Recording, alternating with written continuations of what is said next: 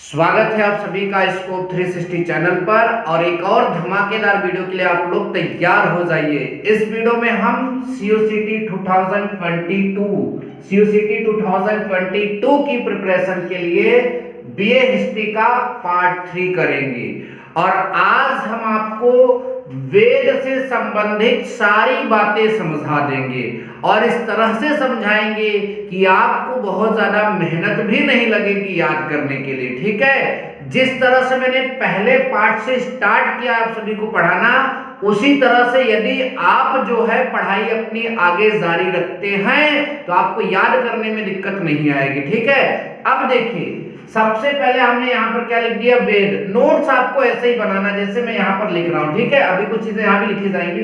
तो वेद के बारे में आपको क्या क्या जानना है। सबसे पहले यहाँ पर देखिए वेद लिखा है। वेद का मतलब वेद जो है संस्कृत के कौन से शब्द से मिलकर बना है, कौन से शब्द से बना है, वेद से।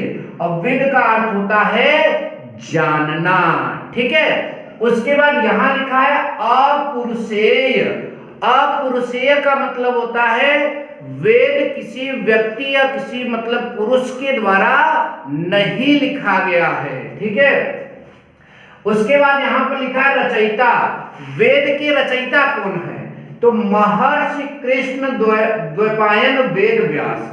महर्षि कृष्ण द्वैपायन वेद व्यास, वो वेद व्यास नहीं जो महाभारत की रचना किए हैं, इनका नाम क्या है, महर्षि कृष्ण द्वैपायन वेद व्यास। ये वेद के रचयिता हैं। ठीक है, यहां वेद त्रयी का नाम लिखा है। इसका मतलब क्या है, वेद त्रयी का मतलब यह है कि शुरुआत में, प्रारंभ में वेदों की संख्या केवल कितनी थी, 3 थी और उसे क्या कहा गया, वेद त्रयी। ठीक है, और इसके बाद लगभग 500 साल के बाद एक और वेद आया तो वेदों की संख्या कितनी हुई, 4, लेकिन शुरुआत में कितनी थी, 3। याद रखिएगा, इसीलिए उसको क्या कहा गया, वेद त्रयी।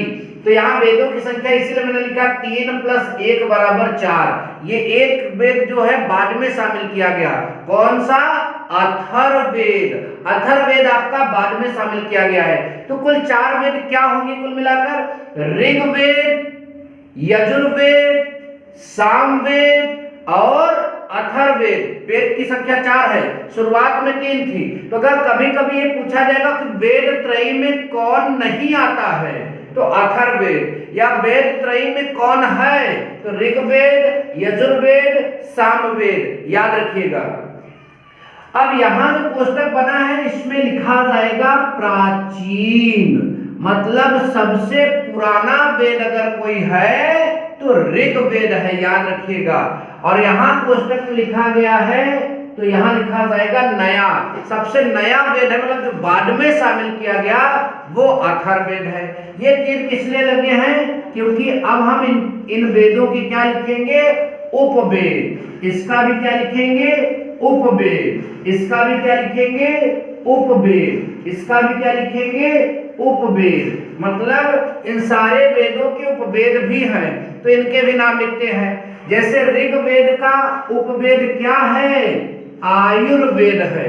क्या है, आयुर्वेद है, ये ध्यान दीजिएगा, आयुर्वेद।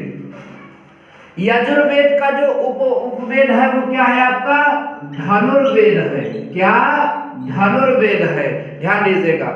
और इसका क्या है, गंधर्व, गंधर्व वेद। मतलब सामवेद का उपवेद क्या है, गंधर्व वेद। और लास्ट में इसका जो है, इसका उपवेद है शिल्प वेद। क्या है, शिल्प वेद। आई होप कि आप सभी को इतनी बातें समझ में आई।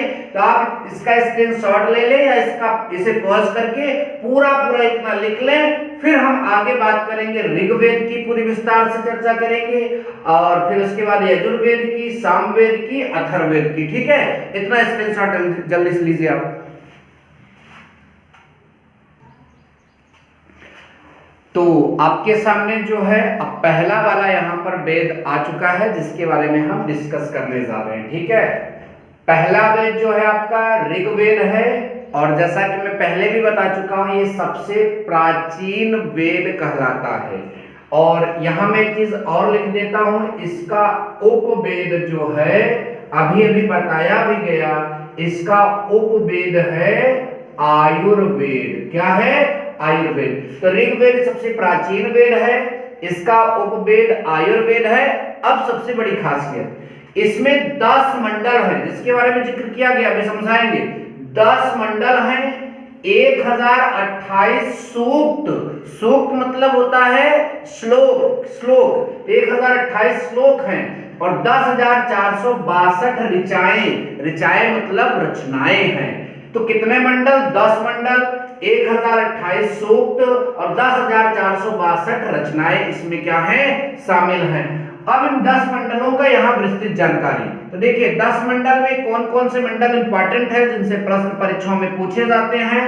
तो तीसरा मंडल, 8वां मंडल, 9वां मंडल और 10वां मंडल, ये बहुत इंपॉर्टेंट है। अब तीसरे मंडल में किसका जिक्र किया गया, किसका वर्णन किया गया है? तो सूर्य देवता सावित्री का यहाँ पर ये वर्णन किया गया है। किसमें? तीसरे मंडल में सूर्य देवता सावित्री का यहाँ पर क्या किया गया है? वर्णन किया गया है।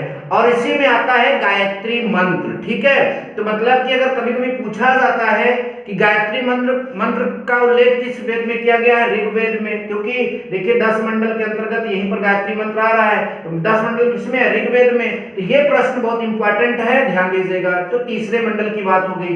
8वें मंडल में जो है क्या रखी गई है? हस्तलिखित रचनाएं। 8वें मंडल में क्या है? हस्तलिखित रचनाएं। और उनको क्या कहा जाता है? खिल। क्या कहा जाता है? खिल। और उनको पढ़ने वाले को हम क्या बोलते हैं?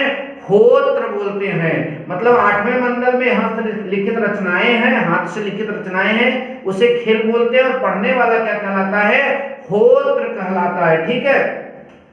9वां मंडल जो है वो किसको समर्पित है? सोम देवता को समर्पित है, उनके बारे में जिक्र किया गया है।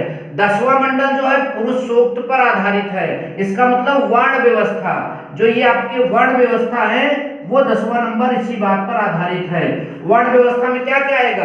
ब्राह्मण, क्षत्रिय, वैश्य, शूद्र। ठीक है, ब्राह्मण, क्षत्रिय, वैश्य, शूद्र, ये वर्ण व्यवस्था जो है जिसे हम क्या बोलते हैं? पुरुष सूक्त या वर्ण व्यवस्था, ये 10वें मंडल में आता है। किसके 10वें मंडल में आता है? ऋग्वेद के। ठीक है, तो सबसे प्राचीन वेद ऋग्वेद के 10वें मंडल में वर्ण व्यवस्था का जिक्र किया गया है। ब्राह्मण, क्षत्रिय, वैश्य, शूद्र। पहले मतलब बताया जाता था कर्म के आधार पर, मतलब कि वर्ण व्यवस्था बांटी जाती थी। उसके बाद शायद अब जन्म के आधार पर वर्ण व्यवस्था मानते। ठीक है, तो ब्राह्मण, क्षत्रिय, वैश्य, शूद्र, पहले इनको वर्ण व्यवस्थाओं में 4 मतलब भाग में बांटा गया है। इसके अलावा 10वें मंडल में इंद्र देवता के लिए 250 रचनाएं लिखी गई हैं और सूर्य देवता को, अग्नि देवता के लिए यहाँ पर 200 रचनाओं का जिक्र किया गया है। तो आई होप कि ऋग्वेद से रिलेटेड आपको काफी जानकारियां मिल चुकी हैं, आपने काफी चीजें यहाँ समझ लिया है। अब इसके बाद जो हमारा अगला है, बात करेंगे यजुर्वेद, सामवेद और अथर्ववेद के बारे में भी थोड़ी सी जानकारी आपको यहाँ पर बताते हैं। आई होप कि वीडियो पसंद आ रहा है। प्लीज अगर पसंद आ रहा है तो शेयर जरूर करिएगा। ऐसे ही क्लास में आपको दूंगा, बीए आप कोर्स जरूर कर लेंगे, साथ ही साथ आपकी यूपीएससी की भी तैयारी इसी से होती चली जाएगी। ठीक है, तो आगे चलते हैं।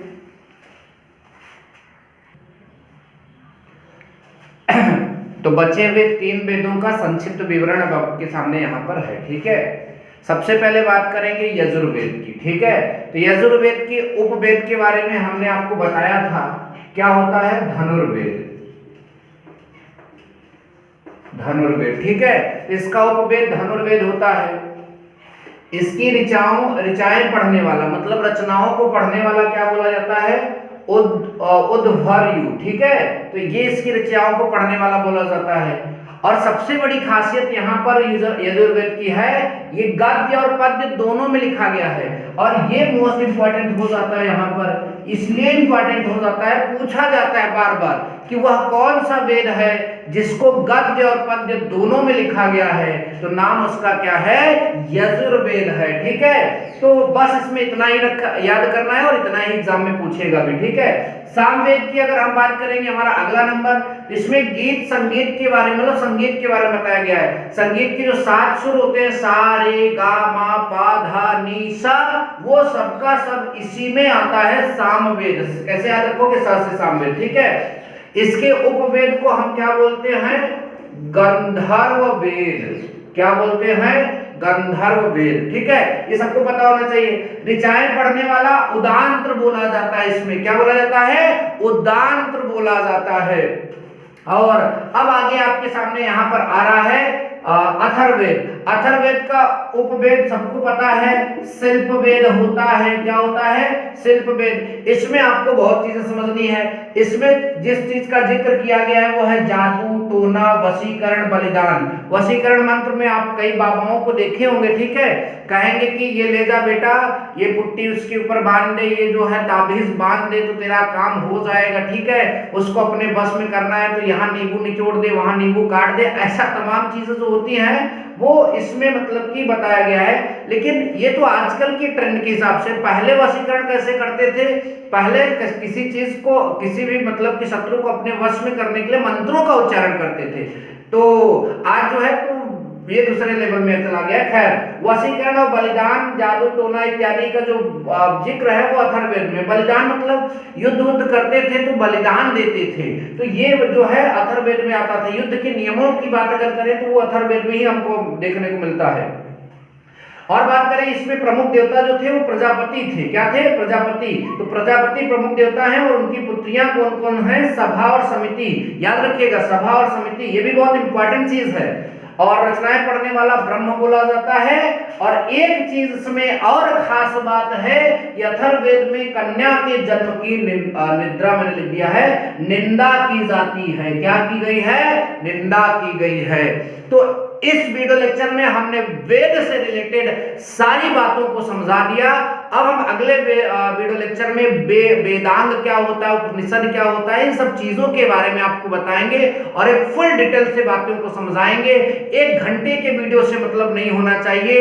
1 घंटे के वीडियो को यदि आप 10-15 मिनट में समझ लेते हैं तो इससे बढ़िया और कुछ नहीं होता है। हमारे चैनल पर आपको सारी बातें इसी तरह से पढ़ाई जाएंगी। लाइव क्लास करने के लिए हमारे पास जो है अभी मतलब की व्यवस्थाएं उपलब्ध नहीं है, इसलिए लाइव क्लास नहीं मिलेगी।